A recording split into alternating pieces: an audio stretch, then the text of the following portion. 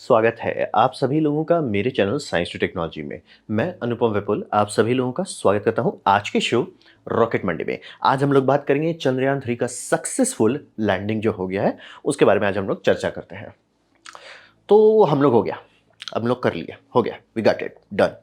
ये हो गया चंद्रयान 3 23 अगस्त 2023 को 18:04 यानी कि शाम के 4 बजे के आसपास, शाम के 6:04 के आसपास इंडियन टाइम में वो लैंड कर गया। और यूनिवर्सल टाइम कोऑर्डिनेट में अगर आप देखना चाहें तो 12:30 पे हो गया। और बहुत मेहनत करवाया है, मतलब चंद्रयान 2 भी बहुत बहुत मेहनत कराया, चंद्रयान 1 भी बहुत मेहनत कराया, बहुत खून पसीना आंसू सब लगाने के बाद ये सक्सेसफुल हुआ। बहुत मेहनत करवाया, ये आसानी से हुआ नहीं, सीधा रास्ते से नहीं आया, बहुत मेहनत करवाया। लेकिन इसरो ने हाथ पैर मार के इसे कर ही दिया, हो गया सक्सेसफुली। और इसके बाद आप ये समझिए कि इससे फ़र्क क्या पड़ता, फ़र्क ये पड़ता कि इंडिया चौथे स्टेज में आ गया। टेक्निकली थर्ड में है, लेकिन अगर आप हिस्ट्री से काउंट करोगे तो चौथे स्टेज पे है, क्योंकि सिर्फ अभी तक यूएसए, सोवियत यूनियन, रशिया नहीं, सोवियत यूनियन, चाइना और इंडिया, बस और कुछ नहीं है। ना यूके है, ना ऑस्ट्रेलिया है, ना ईयू है, कुछ नहीं, हम ही लोग हैं। जापान भी ट्राई किया, इजराइल भी ट्राई किया, कोई नहीं सर, हम ही लोग हैं। तो वही बोल रही है, बहुत बढ़िया। और सोवियत यूनियन तो अब बचा ही नहीं, और रशिया करने वाला था, वो फेल हो गया। तो आप समझ लिए कि प्रैक्टिकली काउंट करते हैं तो सिर्फ 3 देश हैं, और अगर आप हिस्ट्री को भी गिनते हैं तो फोर्थ देश में ही आते हैं। ये बहुत बड़ी बात है, ये मतलब बच्चों खेलने वाली बात नहीं है, बहुत बड़ी बात है कि यहाँ पे पहुँच गया। तो इससे हम लोग बहुत खुश हैं, इसमें एकदम मतलब कोई डिस्कशन नहीं। जब ये लैंड हुआ उस टाइम इंडिया कुछ देर के लिए बहुत खुश था। सब लोग, मतलब एक कहते हैं ना, एक छोटा सा टाइम के लिए, चाहे वो हिंदू हो, मुस्लिम हो, क्रिकेट टीम हो, आर्मी हो, चाहे कोई भी हो, हर कोई उस मोमेंट पे भूल गया सब चीज़। उस मोमेंट पे सिर्फ कि भैया हम भारतीय हैं, हमारे लोगों ने एक बड़ा काम किया है और सब उसका मज़ा उठा रहे हैं। एग्जैक्टली जैसा जब कोई बहुत बड़ा अचीवमेंट हो जाता है तो लोग करते हैं ना कि भाई हम लोगों ने कुछ किया है। जैसे इंडिया में इस तरह का पैशन सिर्फ जनरली क्रिकेट के लिए देखने को मिलता था, तो ये पहली बार समझिए उस लेवल का पैशन आपको बिना क्रिकेट के मिल रहा है। तो ये बहुत बड़ी बात बोल रहे हैं, हर कोई इसको एंजॉय किया है। मतलब पूरा देश में जगह जगह पे, विदेश तक में भी जहाँ पे लोग हैं, इंडियन लोगों का कॉन्सेंट्रेशन, सब कोई इसको एंजॉय किया। मतलब इसमें कोई डिस्कशन नहीं है, कोई हाय तौबा नहीं है, हर कोई दिल खोल के, चाहे वो बोल रहे हैं खिलाड़ी से लेके सैनिक से लेके सब कोई इसको एकदम, आदमी औरत सब कोई दिल खुश करके। अखबार में तो आप लोग का देखे ही होंगे, हर जगह लोग बम बम मजा किए इसको। तो इसमें कोई डिस्कशन नहीं कि हम लोग एकदम बम बम खुश हैं इससे बात, ये बहुत अच्छी बात है। तो बात बनता है कि अच्छा ऐसा सब क्यों कर रहा है? मतलब एक ही एक्चुअली यहाँ पे मैंने देखा कि मतलब इंटरनेशनल मीडिया में ऑलमोस्ट सब मीडिया सही सही चल रही थी। एक दो ठो बस थोड़ा हुलुलुलु किए, बट बाकी से मेजॉरिटी में, मतलब चाहे वो ऑस्ट्रेलिया हो, चाहे यूएसए हो, चाहे ईयू हो, मतलब इधर उधर सबका मतलब प्रैक्टिकल ही जवाब आया, सिर्फ एक ही जगह पे उठपटांग आया। तो हिसाब ये समझिए कि ये फ्री में होता है। मतलब फ्री कैसे हो सकता है, इसरो का इतना 1000 करोड़ लगता है, फ्री कैसे हो सकता है? सर आप इंडिया का नेशनल बजट जो निकाला जाता है, उस बजट के हिसाब से आप देखोगे ना कि कोई चीज़ पे कितना खर्च हो रहा है, कितना हट रहा है। तो उस हिसाब से अगर हम लोग देखते हैं तो मतलब पिछले साल का अगर आप डेटा देखते हो तो फिजिकल ईयर जो होता है 2021 से 2022 का, हम लोग 0.39% खर्च किए थे। मतलब पूरा देश का जो बजटिंग किया जा रहा है उसका 0.39% खर्च किए थे। ये एवरेज है। मतलब अगर आप नासा को देखेंगे, नासा भी 0.4 पे रहता है, और नासा एक ही बार इससे ज़्यादा ऊपर गया था, वो जब अपोलो मिशन चल रहा था तो पैसा पानी की तरफ बहाया जा रहा था। उस टाइम पे वो पागल जैसा हो गए थे, तो अराउंड 4% बहा दिए थे, अभी 0.4 पे रहते हैं। तो समझ लीजिए कि ये हर देश में यही एवरेज है। तो इसीलिए अगर देश के नज़रिए से देखेंगे, भैया देश कितना खर्च कर रहा है, कितना पढ़ाई पे खर्च कर रहा है, कितना मेडिकल में खर्च कर रहा है, वो सब बहुत बड़ा परसेंटेज होता है। आर्मी में कितना खर्च है, बहुत बड़ा परसेंटेज होता है। छोटा सा छोटा सा छोटा सा तिल देखते हो तो छोटा सा, मतलब 1 पूरा % नहीं है, 1% का आधा हिस्सा इधर से दे देते कि भैया जाओ तुम लोग भी क्या याद रखोगे, जाओ 0.4% पे खुश रहो। बाय द वे ये और घट गया है। सो समझना बहुत ज़रूरी है कि ये देश के नज़रिए से देखें तो फ्री में हो रहा है। क्योंकि अगर आप कोई भी देश, कोई भी समस्या है जहाँ पे आप बोल रहे हो कि सर हम ये ऑलमोस्ट 99% से नहीं सॉल्व कर पा रहे हैं, वहाँ पे आप बोलोगे, जनरली आप किसी को बोलोगे भैया ये जो 0.5% आ जाता है ना तो हम लोग सॉल्व कर लेते प्रॉब्लम। ऐसा कभी नहीं होगा। और इस मामले में नील डीग्रास टाइसन, क्योंकि उनका वही है, वो नासा का बजटिंग के लिए लड़ते हैं, तो बजटिंग के मामले में बहुत स्मार्टली बात करते हैं। तो उसमें एक बात बहुत बहुत इंटरेस्टिंग वाला, इंडिया जब आज़ादी हुआ था तो गरीब था, स्पेस प्रोग्राम नहीं था। तो भैया गरीबी और स्पेस प्रोग्राम से क्या लेना देना है? ऐसा थोड़ी ही हो रहा है, हम लोग डिक्टेटरशिप में थोड़ी ही हैं कि हाँ भैया स्पेस प्रोग्राम के लिए मतलब दिखाना है तो उस पे पूरा सब चीज़ खर्च कर दे रहे, भले लोग भूखे मर रहे हैं। ऐसा तो नहीं हो रहा ना। इंडिया ग्रो कर रहा है, आगे बढ़ रहा है, धीरे धीरे हर समस्या हम लोग सॉल्व करते जा रहे हैं। तो ये समझना बहुत ज़रूरी है कि देश के नज़रिए से देखें, हल्ला करने का हल्ला कर देंगे, लेकिन वो देश के नज़रिए से फ्री है। फ्री मतलब सर फ्री में हो रहा है वो। अब फिर बात करते हैं देश में सबसे महँगा क्या होता है? आप सोचोगे कि देश में क्या महँगा है? अगर आप गरीब देश हो, तो अच्छा चांसेस है कि आपके पास कोई रिसोर्स है। चाहे वो तेल हो, गैस हो, मिनरल्स हो, ये सब है। ये आप गरीब बन जाओगे अगर ये सब हुआ आपके पास। सबसे महँगा चीज़ आपके देश में होता है माइंड, दिमाग, सबसे महँगा। जब जर्मनी पे ढप्पा मारा गया, जब जर्मनी को हराया गया, तो वहाँ जर्मनी से क्या लिए? सोना लूटे, जेवरात लूटे, किसी को कोई लेना देना, पैसा कुछ नहीं सर, वो सब फ्री है। क्या चीज़ है जिसे आप रिप्लेस नहीं कर सकते? माइंड। माइंड पे ढप्पा मारा, सोवियत यूनियन ढप्पा मारा, आपका यूएसए ढप्पा मारा, इंडिया ढप्पा मारा। हाँ, इंडिया का जो पहला एयर फाइटर बनाया गया था, वो हम लोग जर्मन साइंटिस्ट को ढाप लिए थे। हम लोग भी थोड़ा-सा किए थे। तो ये समझना बहुत ज़रूरी है, माइंड सबसे महँगा चीज़ होता है। और अब रहा बात कि देश की आबादी से लोग सोचते हैं कि माइंड जुड़ा हुआ है। हाँ भी और नहीं भी। प्रोपोर्शन में हाँ, प्रैक्टिकली नहीं। तो इसका मतलब क्या होता है कि अगर आपका देश का माइंड चला गया, मतलब ब्रेन ड्रेन जिसे कहते हैं, बहुत हो गया, तो आपका देश का पैसे का कोई मतलब नहीं है। जैसे कि अगर अभी सिंपल एग्ज़ाम्पल लेते हैं नेपाल का। नेपाल से बहुत ज़्यादा लोग बाहर गए, बहुत ज़्यादा। और यहाँ पे तो सोचिए जो स्मार्ट थे वो तो पहले ही निकल रहे थे, और अब तो मिडिल वाले भी निकल जा रहे हैं। तो हुआ क्या? वहाँ पे सब लोग डॉलर ला रहे हैं, फॉरेन करेंसी बम-बम आ रहा है। लेकिन नेपाल का हालत कैसा है? हालत ख़राब है। क्योंकि वहाँ पे बैठ के कोई कुछ करेगा ना, तब ना कुछ होगा। वो वाले लोग तो सीधे निकल जा रहे हैं। तो ये समझने वाली बात होती है। और नेशन में कितने लोग होते हैं वैसा? ये आपके पास सबसे पहला सवाल है। अच्छा, कितने लोग बाहर जा रहे हैं? जैसे कि मैं कहता हूँ कि इंडिया से 4.5 लाख लोग बाहर निकल गए। तो बोलोगे, "अरे! ये 4.5 लाख क्या है? वो तो चिल्लर-छुट्टा है इंडिया का आबादी में।" हाँ भी और नहीं भी। क्योंकि अगर आप कोई भी देश लीजिए, कितना भी बड़ा आबादी लीजिए, कितना भी छोटा आबादी लीजिए, उसका एक प्रोपोर्शन निकाला जाता है कि कितने लोग एक्चुअली केपेबल हैं, क्वालिटी हैं, कॉम्पिटेंट हैं। वो नंबर हमेशा कम होता है, बहुत कम होता है। उसको अगर मैथमेटिकली आप डिस्क्राइब करना चाहते हो तो ऐसे दिखाया जाता है, जिसे हम लोग कहते हैं पेरेटो डिस्ट्रीब्यूशन, PARETO डिस्ट्रीब्यूशन। तो मतलब बेसिकली समझ लिया कि 1000 लोग ही समझ एक देश का मतलब सब चीज़ करता धरता करता है, सिर्फ 1000। जैसे कि अगर आप यूएसए में जाते हो, वो 1000 को अगर आप हटा देंगे ना, सारी इंडस्ट्री, सारा साइंटिफिक हॉर्स पावर, सारा मिलिट्री इंडस्ट्रियल कॉम्प्लेक्स सब खत्म हो जाए, सिर्फ 1000 लोग। तो ये समझना बहुत ज़रूरी था। हर देश में ये नंबर कि जो देश को देश बनाता है, वो बहुत छोटा होता है। और ये किसी कंपनी के अंदर भी होता है। अगर आप जैसे माइक्रोसॉफ्ट में जाते हो, बोलोगे भैया उनके अंदर इतने लोग काम कर रहे हैं। टीसीएस में भी जाइए, जैसे कि उनके अंदर होता है भैया 6 लाख लोग काम कर रहे हैं, एग्जाम्पल। तो उसमें क्या 6 लाख लोग का यील्ड एक जैसा है? नहीं, कतई नहीं। उसमें भी कंपनी आप मैथमेटिकली निकालिएगा, आएगा भैया 20% लोग हैं जो बाकी सब 80% को संभाले हुए हैं। ये हर जगह आता है। ये पेट्रोल डिस्ट्रीब्यूशन मैथमेटिकल है। हम लोग बार-बार ट्राई करते हैं, बार-बार यही निकलता है। तो इसका मतलब है कि अगर ये टॉप जिसको कहते हैं क्रीम ऑफ द क्रीम निकल गए, ये कॉम्पिटेंट लोग हैं, ये दूसरों को जॉब देते हैं, ये निकले, ये लटक जाता है, ये लटकता है, उसके नीचे लगता है, और फिर बाकी सब तो है ही नहीं। तो इसीलिए ब्रेन ड्रेन रोकना बहुत ज़रूरी है, क्योंकि कौन निकल रहा है ये समझना ज़रूरी है। कौन निकल रहा है? क्योंकि अगर जैसे इंडिया करीब है, ठीक है, 60 साल पहले की बात कर रहे हैं।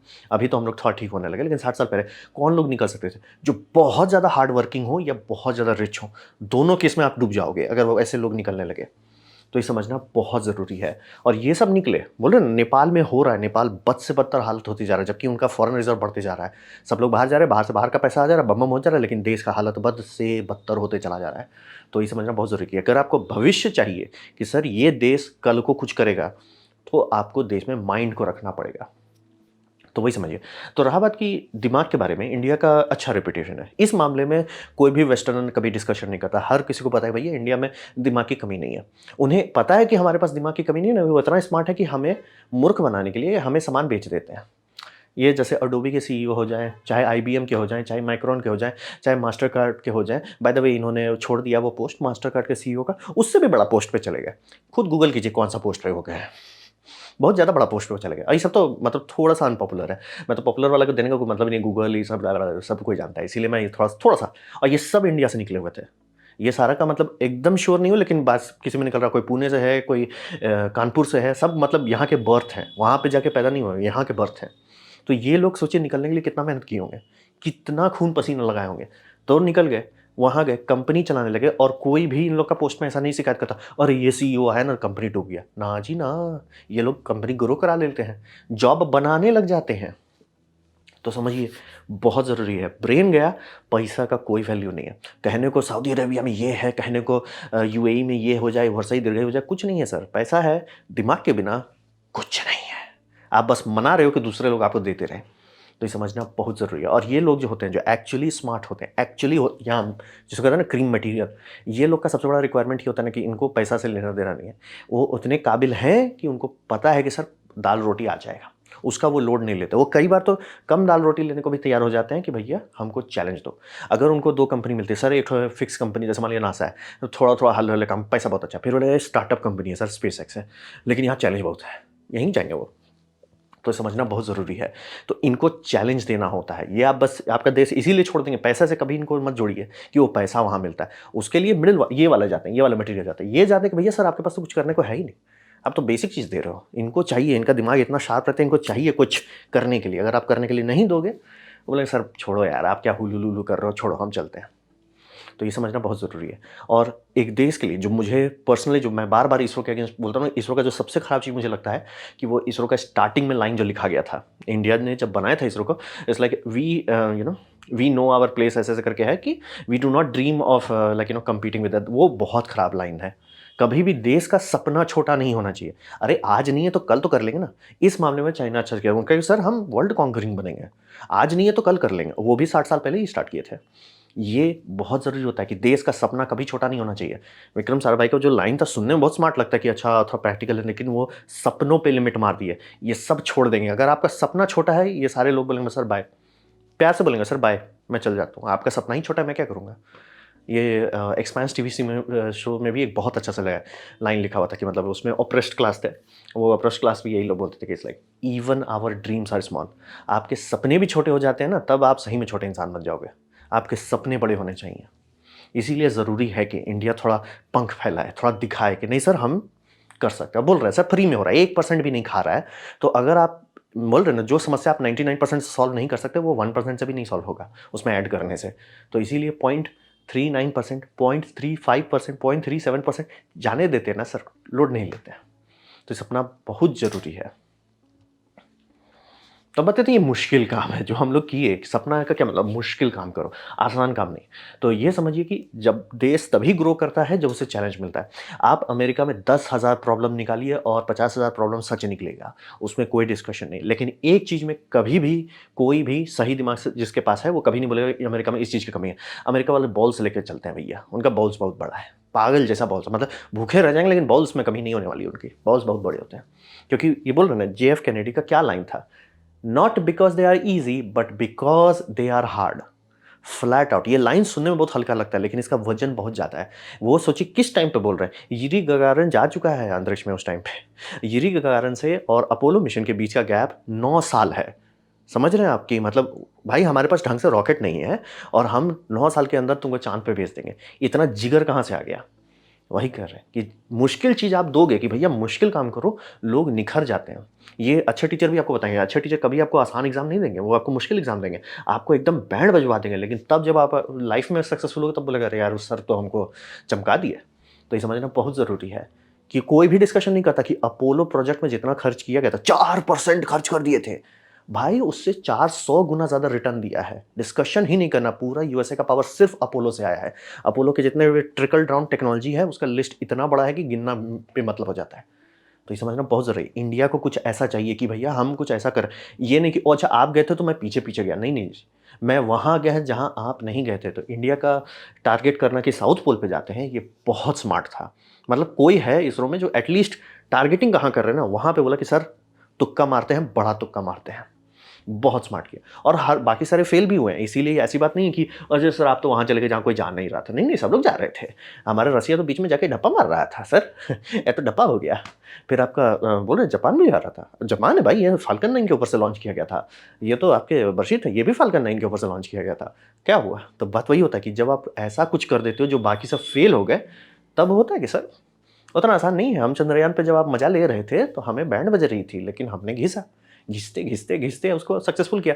जैसे लूना 1 भी फेल हुआ था। लूना 1 फेल हुआ था 1959 में, और बहुत सारे और लूना 6 भी फेल हुआ है, लूना 7 भी फेल, बहुत सारा लंबा लिस्ट आप खोजने जाइएगा, बहुत सारा है। ऐसा बात नहीं कि लूना सिर्फ 25 फेल हुआ, बहुत सारा और भी फेल हुआ है। तो ये हार्ड चीज़ कर दिखाना बहुत अच्छा मोटिवेशन देता है लोगों को। अब बात करते हैं आगे क्या होने वाला है। आगे ये समझिए कि यहाँ पे इसरो की फंडिंग को कोई खास फर्क नहीं पड़ेगा, लेकिन प्राइवेट फंडिंग में थोड़ा मामला गर्म हो रहा है और ये दिख रहा है। चाहे वो स्टॉक मार्केट में ही दिख रहा हो, चाहे वो कंपनीज को कितनी वैल्यूएशन हो रही है, अब दिख रहा है इंडिया को कि मतलब पूरे वर्ल्ड को दिख रहा है कि भैया यहाँ पे मामला गर्म है। यहाँ पे कुछ किया जा सकता है। तो वहाँ पे इन्वेस्टर्स जो हैं, क्योंकि सब ये सब इन्वेस्टर जो बड़े वाले गेम खेलते हैं, उनको पता है 90% फेल होगा।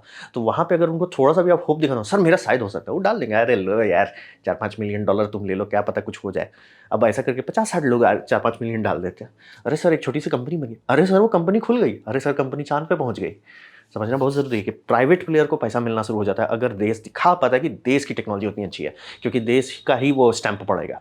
मतलब इसरो ही गाइड करेगा सारे प्राइवेट कंपनी को, जैसे मतलब स्पेसएक्स लॉन्च करता है, लेकिन जो एफएए है, फेडरल एडमिनिस्ट्रेशन है, मतलब देश का स्टैंप लगा के ही उसको लॉन्च किया जाता है।